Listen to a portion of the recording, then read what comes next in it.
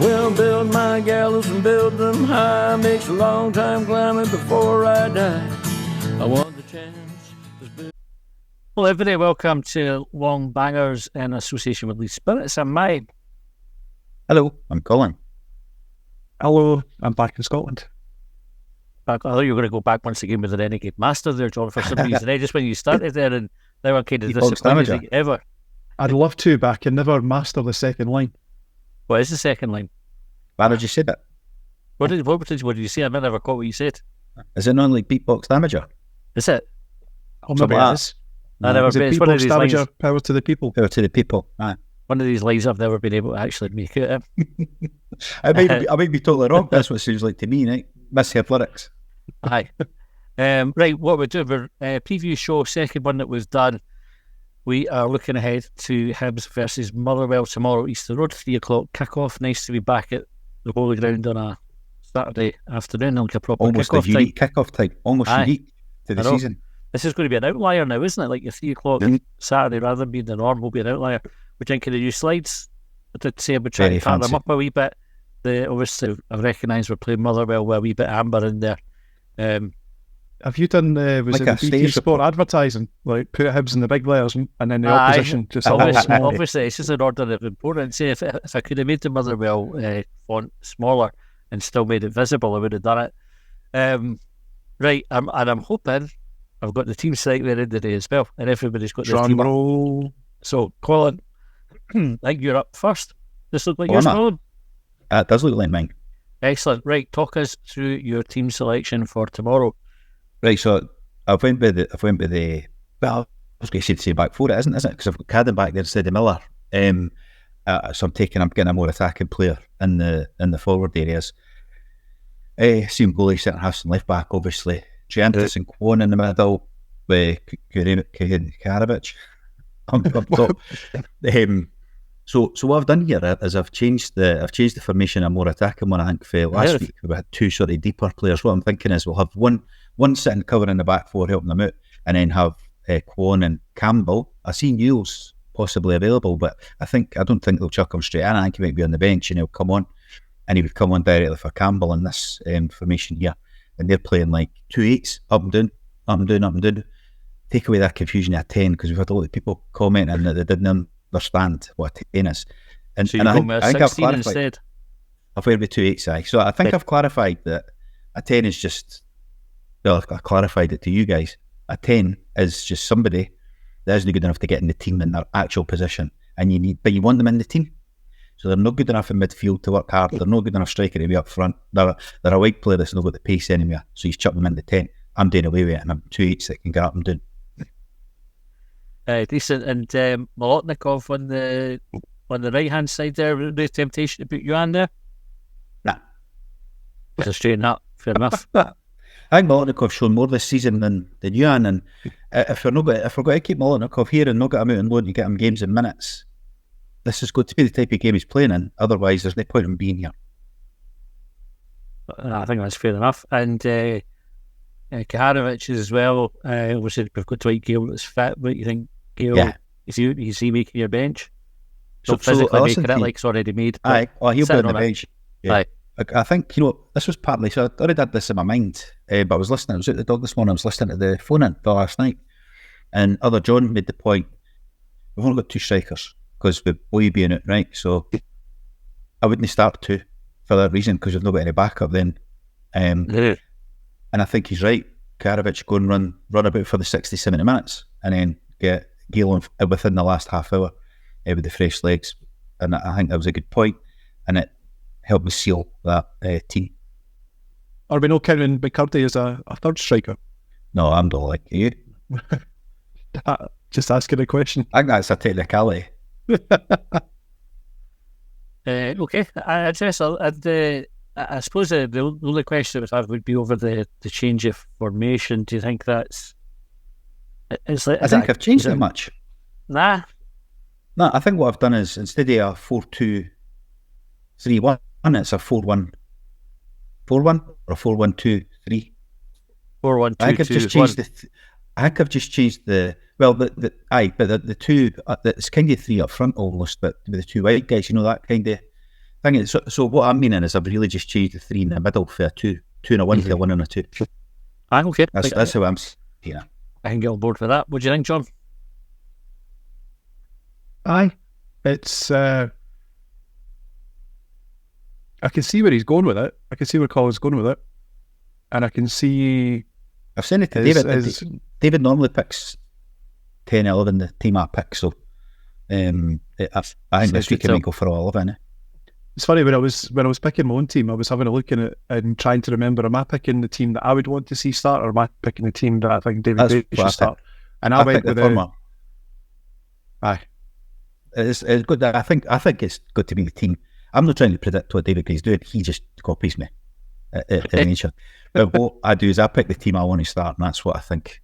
That's what I would start. Do you think, I think one of the points that you made previously about players, I think when we were talking about the Hibs strongest 11, you mentioned Hoylett and the number of balls that he gets in the box. Do you think Molotnikov will provide the same threat from the opposite side of the pitch? I think Molotnikov, I've not seen so much of him as a crosser, but he's a good dribbler, and he sort of he's there for the cutbacks, I think. So it's maybe good to have that those different dynamics on either side. Yeah, that was my reasoning as well. Thank you for covering that. I'm a big fan of players getting to the byline and cutting it back. You get loads of goals that way. They just don't do it often enough. Aye, right, John. Let's have a look at your team. I think this is your team, is it? I'm going to go through the formation at Bigamy just because I like fanning about with numbers. So I've gone for a 2-2-2-3-1. No, seriously. So what I wanted to do with the lineup is something similar to what Colin suggested at the start of which was to have a little bit more of an attack-minded lineup, because we're at home, because we're looking to beat every team that we play against, but in terms of the opposition and who we see as like our nearest rivals and who we see as, having to leapfrog to get into the higher positions in the league, we want to be beating Motherwell. So I think that calls for a slightly more attack-minded lineup. So there's obviously some familiar names there. You can see Cadden and Abita. I've wanted them to push forward a little bit, play the game on the front foot. I really like, and I think quite a few Hibs supporters like, that sort of midfield anchor, if you want to call it that, of Giannis and Kwon. So I didn't want to mess with that too much. I want to keep it there. And in addition, I remember when we had the conversation last week about Hoylett and Yuan, I still want to see Yuan in the side, and I think there's an opportunity for him to be in the side because Martin Boyle, I believe, has had surgery and is currently out. I don't know. I've not seen any. It says unlikely, John. I read it just earlier on. There was a headline in the Observer, and they said he's unlikely, but Newell is trained all week, so Newell could play. Boyle's very unlikely to play. Yeah, I did see that Lewis Miller had been called up for the Australia squad and Martin Boyle hadn't, so that's what made me think that Boyle was going to be missing. And additionally, Hoylett over on the left, because I think he could provide a threat because of what you suggested previously, Matty, about crosses in the box, and I also think there's an opportunity there for Molotnikov playing in let's call it a number 10, because I think when we talked about the number 10, I made the suggestion that I think we're kind of limiting our vision a little bit because of the shadow of Scott Allen. But I think what we've seen from Molotnikov so far is he's got a bit of vision, he's got a bit of creativity, and I think combining with Hoylett, there was one example against St Johnstone where Hoylett's spun a defender, played in Molotnikov, who's had a shot saved by their goalkeeper. So I'm hoping for more of the same. I'm hoping for more of like that creative number 10, but also that late arrival into the box that you'd alluded to in Colin's lineup, Matty, and then Kaharovic up front, because I think I'm still really hopeful for that diving header, and I'm hoping that crosses into the box from Yuan and Hoylett might lead to that for Kaharovic. But also, Hoylett, I think, is a natural left footer, and I think Yuan is a natural right footer, but I think there's opportunities there for them both to cut back onto their opposite foot. Yeah. So that's my lineup. That's my rationale for it. What do you think? I didn't mind it, John. 10 and 11, we've only got one player different. It's just to do with the format of the layout there. You stuck with the sort of agreed one for the base lineup team that we picked. What I think Mings allows, though, back to me, is it allows Neil to fit back in the team. That formation, whereas your one we still have the Neil problem, right? But it is only Ewan with who did I have in that he's not going? Who did I have? Campbell. Yeah, yeah, because I'd shifted Molotnikov over there. Yep. It's an interesting one, John. So you got Cadden and Ewan on the right hand side now. Albeit it was Ewan's first game back after his injury, but that was the setup against St Johnstone in the first half, and it just didn't work for me. Like I thought they were getting in each other's way. Ewan was coming too deep. Cadden wasn't getting forward as a result. I thought we gave up a bit of ground down that right hand side, having them together. Maybe now that Ewan's got more minutes under his belt, we might not have that same problem. But when I was looking at it, we'll come on to mind in a second. That was sort of in the back of my mind. I didn't really think that combination worked in the game against St Johnstone. I think that's fair, and I think there's maybe factors that influence that. Ewan being out for a wee bit, coming back in, maybe a little bit rustiness, maybe that a little bit unfamiliarity. However, I'm hoping that the advantages that having two natural right footers on the right hand side outweighs the disadvantages. Like hopefully they can get that fluency. Hopefully, if they've been training to play this formation, then hopefully they're a little bit more understanding of what's required for each other. Is it? I don't really have any problems with your team, though, John. I like it. I don't think it's actually a million miles from mine. This is probably reflective of where Hibs are now. I've went and put Rudy Molotnikov a bit too far forward, so you can't see his name. Sorry about that, Rudy, if you're watching. That app sometimes bounces him about, mate, because I try and screw mine up before I send it and then knocks them off. Fucking I think that's what's happened there. Devastated. Your PowerPoints were looking so professional as well. I know, they're looking so bad. Spell his name wrong. Aye. So I've gone for Miller and Cadden down the right hand side, keeping it the same as it was at Ibrox. Now I know Miller never had the best game at Ibrox, and certainly the first half he struggled. He was a bit better than the second half, but for all his faults, I really didn't mind Lewis Miller. Like I know folk have a bit of a downer on him, but I still think there's a decent player there. And certainly for this league, when you've got power and a bit of pace, where he's quite quick. If he can stay on his feet and no go looking for the fouls, because I think he's one of the players that doesn't get them. Do you know, like some players just need to kind of feel a slight breeze and they go down, the referee's give him a free kick. Miller's one of the players that needs to get like his leg taken off him before he gets the foul. So I think there's a player there with Miller. I think him and Karen can combine quite well down the right hand side. I like Warren Chantis in the middle, especially because I figured out you can make the play on words try Kwando from it as well, like if you sort of half the names up, which is quite good. So that's like a bit of fighting spirit in the middle. Hoylett, I think, keeps his place. And then Molotnikov for Campbell was another change that I made. And I don't think Campbell did a lot wrong on Sunday against Rangers, but I'm not convinced they had a huge impact on the game either, like in a positive sense. Certainly not when we were on the ball. So I'd like to see Rudy get a shot. I think this is a type of game where he could thrive, and then feed in the ball into Kaharovic up top. Any challenges on the team? Just a Lewis Miller one, mate. But it's 10 again, man. You've got 10. We've all picked 10 players, and it's really just one player on the right hand side where we've differed, isn't it? Well, I had Molotnikov out there, John had Ewan, and you've got Miller. Other than that, it's the same 10 players. Either you give any consideration, to bringing Nicky Cadden in on the left and maybe moving Hoylett over to the right? I wasn't sure if Hoylett could go over there. No specifically, but I did give consideration to some of the guys that we've seen start recently who would be missing from a lineup, who would be an option off the bench later on. So, I mean, I think when we have this conversation, we're really looking at the starting 11. We haven't looked at any sort of the permanent, which might be, I don't know, might be a format for a future show, how we see the game progress and the sorts of substitutions that we might make. Well, we'll have, because I thought Neil coming off for Campbell. about 50, 60 minutes. And that's why I had the formation. Like, one of the reasons I had the formation like that as well is to get rid of this mythical 10 thing. Fair dues. Okay, let's go on to the form guides. Let me get rid of this, and we'll bring up the last however many games that there were. Let the form guide goes. I think it's 6. If I can get this shared. I think Here we go. we have a reasonable record against Motherwell at Easter Road. Mm-hmm. So we're looking here at the last 6 games. Motherwell sitting 4th in the table on the form guide. Recent wins against St St Johnstone, Hearts.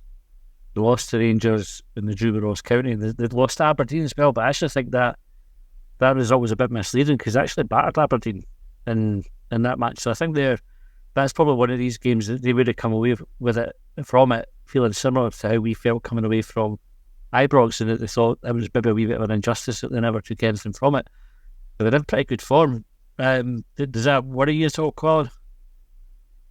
I suppose so. I think we're coming on to form though, and we know like Motherwell are one of the teams not dissimilar for ourselves really, but that if they're on a good form, it doesn't generally last. Yours is coming in yet, whereas I would see theirs maybe haven't peaked. But they're a good side. I mean, he's got them. They obviously stuck with the manager last year when they could have sacked him, and he got them fixed or whatever. So they've got the consistency there, and they've had a decent run. But like St Johnstone and Hearts, it's the two teams at the bottom of the league. There's 2 of the wins there. Draw with Ross County, they're bottom of the league, so they've had a decent run there. Rangers and Aberdeen are the 2 they've lost, but you would expect them to. They've won the games as teams at the bottom of the league. Mm-hmm. So I think they're a good side, but I still fancy us. Okay, and John, look at our form there. So I mean, there's only 1 win there, which is against St Johnstone. But how reflective of our performances do you think that form table is? It's a good question. I'm looking at it and I'm trying to avoid that thing that Colin has suggested on a couple of occasions where you can bend stats to suit your own argument. However, what I was going to ask you was, just as a reminder, when was it that Warren and Triantis started playing together? Was it the Celtic game or was it the Kilmarnock? So I'm conscious, so the St Mirren game was a shiter. Celtic game, I think we had really simple errors, or we made really simple mistakes in the St Mirren game. We followed that up by losing a goal in the first few minutes against Celtic. But I think what I'd suggested recently was that we were slowly starting to turn things around. And I think the Rangers game, like the form guide is maybe a wee bit of an outlier there, because I don't think, although we got beat, you could immediately go to panic station and go, "Oh, that was shite," or whatever. I don't think we played particularly poorly, albeit, I mean, we could have easily scored at the end of that game. Anyway, sorry, to the original question. You're right, though. Just to add, I was going to say, to add to your point, if you look at those games you're going through, the ones before that, the Celtic game, the St Mirren game, the Dundee game, that was all the defenders and goalies all having an absolute howler at one point. Even the Kilmarnock penalty at the end was a beater of an howler. So almost all our defence, apart from the right-sided defender, whether it's Miller or Cadden, have cost us in these games. But they seem to have turned that round in the last 2. So we've had some changes, and I'm hopeful that now that we've got that reasonably settled lineup that David Gray seems to be going for, that the form guide isn't necessarily reflective of our chances against Motherwell tomorrow. I tell you what, you can see with the points, Motherwell sitting on 10 points, we're on 5. It's really essential that we win, because we want to start reining them in, don't we? I mean, it's early in the season for must wins and all that kind of thing. Plenty of football to be played, but you really didn't want to see the teams that we will be competing with for those top 6 places getting much of a gap. And that's what we've said, like, not just us, various people have said, Martin Bartley said it as well in the summer on the radio, that to finish in the top 4, top 3 is you've got to beat home games, especially against Motherwell, Dundee, Ross County, St Mirren, St Johnstone, Kilmarnock. That's the ones you need to win. Like, they need to be 3 points all the time, whether you call it a must win or not. If we want to finish in the 3rd or 4th, home games against any of the teams we need to be on it. Aye. I Can totally I agree. ask a slightly odd question? Like, we've said that it's early in the season, and I would completely agree that it's still early in the season, and Motherwell are 5 points ahead of us. When does it stop being early in the season? What's the number of games? What's the tipping point? I think it's once you've played everybody once. I was going to say second round of fixtures are like your halfway point, and then you start having fewer games left than you've played after that. Yeah. Once going back, it's dark when you're turning Aye. up to the game. It's dark when you're leaving, and that pitch black. Aye. Floodlights are. All right, very quickly then, score predictions, Colin. I think probably not as confident as how I sounded when I was talking about the form guide, about 2-1. And John. I'm going to say 2-0. Go I fancy a clean sheet. Well, look at Motherwell have only no scored in that very first game against Ross County. They've scored in each of the games since, and that's including at Hampden against Rangers when they played there. 3 against Hearts. As we were frequently reminded, Kasper Schmeichel hadn't made a save and had scored against him. He still hadn't made a save, so This is true. like, just because they've scored in every game, like past performance, future performance, all that sort of stuff. Aye. I mean, it is just a guess anyway, isn't it? Like, this kind of predicting the score is just sheer guesswork. There's no science to it, so... Gut feeling. I've got a gut feeling that we'll have a clean sheet for no other reason than I've got a gut feeling. I'll go 3-1 to 3-1 at House. I think we're starting to hit a bit of a groove, and this will be a wee, I don't know, another opportunity to kickstart the season. Let's see if we take this one. Okay, right, that is us out of time for this week. We will be back on Sunday with the review of the match. So you'll find us on Twitter. If you don't already follow us, you can send us in your talking points post-match, and we'll cover them in our show on Sunday. And then we'll be back with extra time for subscribers on Monday night. If you don't already subscribe, go to Patreon, search for Longbangers, and you'll see us there, or you can do it right here on YouTube as well. Colin, John, thanks very much for your time this evening. Thanks, folks, for tuning in, and we will see you next time. Well, they trailed me down when I broke free. I drank all the whiskey in Tennessee. I don't drink water, no